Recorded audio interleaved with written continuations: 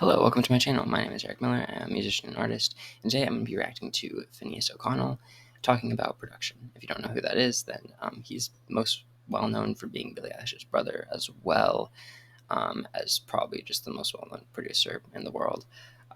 Usually people do not know the names of producers, but he's also has his own music. He recently came out with an album called For Crying Out Loud. You should listen to it. It's actually really good. But yeah, let's get into it. Let's see what he has to say.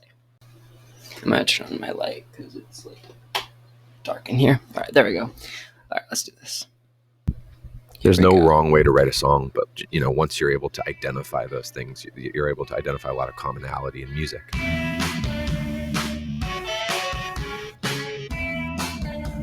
And how do you go about creating your songs?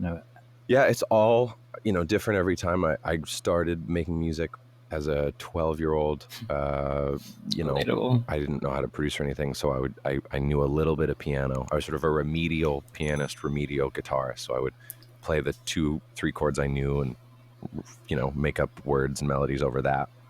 And that was really how I wrote everything for the first 5 or 6 years. Like, that was the only way. And then I started bands with my friends in high school, and then it was a fun I'd have a great drummer and he'd play a beat, and that would maybe inspire like slightly more rhythmic lyrics and melody, and that was exciting.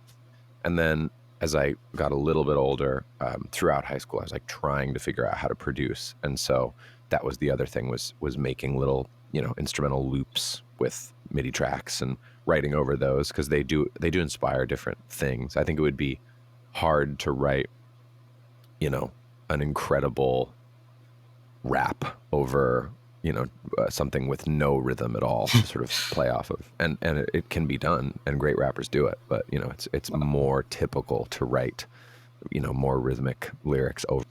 Yeah, I think it is definitely a lot easier to, if you're writing like rap lyrics, or sometimes the production itself can help you come up with ideas for lyrics more than just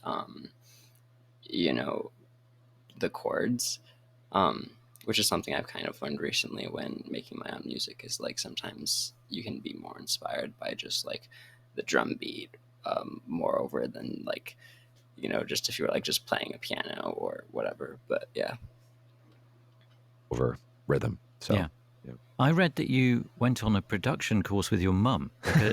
Was this an afternoon or a week-long experience? Our mom does write songs. She never made a living out of it really at all, but wrote songs as kind of a hobby. And when we expressed a little bit of interest when we were young, she sort of was like, well, there's no wrong way to write a song, but let's talk about song structure. Let's talk about what a bridge is and what a rhyme scheme is. Once you're able to identify those things, you're able to identify a lot of commonality in music, and then you can break all those rules, but it's cool to know them and understand them. Yeah. So I feel like part of making music, or kind of music in general, is like learning the rules and then finding creative ways to break the rules. But yeah, let's continue.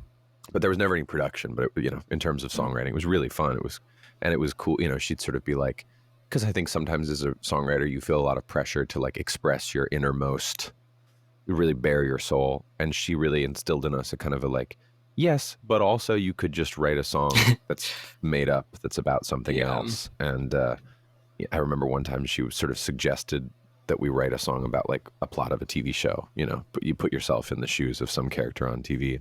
It's very liberating. And I think about the sort of scope of our career now, and I think like, oh, that's one of the reasons like doing something like the James Bond song felt so natural to us, was because we'd sort of had this like childhood. If I remember correctly, I think they did No Time to Die. They did Finneas and Billie Eilish did the song for that. I think that's what he's referring to. An awareness of writing about somebody other than yourself, and it takes the pressure off. Sometimes you're not going through heartbreak, and it's like writing a song about heartbreak would be inauthentic if you were like, that's also true, because it is a lot. Sometimes you can get caught up in like trying to write a song that's like super personal, but then like when you're not going through anything and there's something interesting in your life, like sometimes you just need to write a song that is about something random that has nothing to do with you, you know.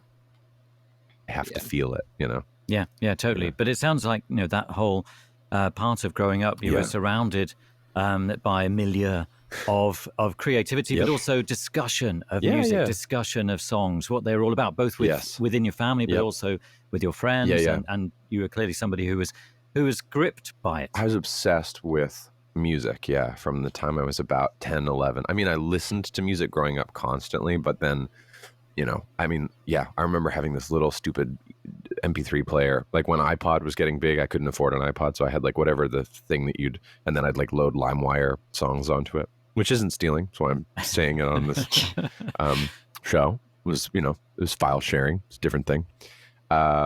But I had some stupid little MP3 player with it had no screen, so you just kind of like be like blind shifting through songs. So I was really obsessed with that as a kid, you know, under 10. And then when I was like 11, 12, I just got so obsessed with sort of like a deeper understanding of it and listening to songs and understanding what about it was, you know, sounding. Listening to a lot of music is also good, a lot of different kinds of music, because then you kind of get more of a bigger idea of like different kinds of music and like how you can mix those things and like, you know, kind of like just getting a deeper understanding. Definitely listen to a lot of music is good advice. Cool to me and why it made me feel a certain emotion. You know, it's always been like so exciting to me. Yeah. Yeah, so I think that was a pretty good video. If you want to watch the original video, I'll link it in the description. Yeah, this is my first video like this. So if you want to see more stuff like this, I know it's not the best video ever, but if you want to see me get better at this, I'm going to keep making videos like this. You can hit the like button and subscribe to see more stuff. But yeah, that's all I have to say, I guess.